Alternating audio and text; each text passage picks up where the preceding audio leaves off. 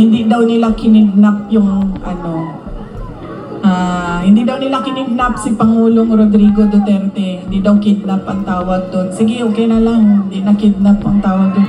Ang tawag doon, ninakaw nyo sa amin. Ninakaw nyo sa amin si Pangulong Rodrigo Duterte.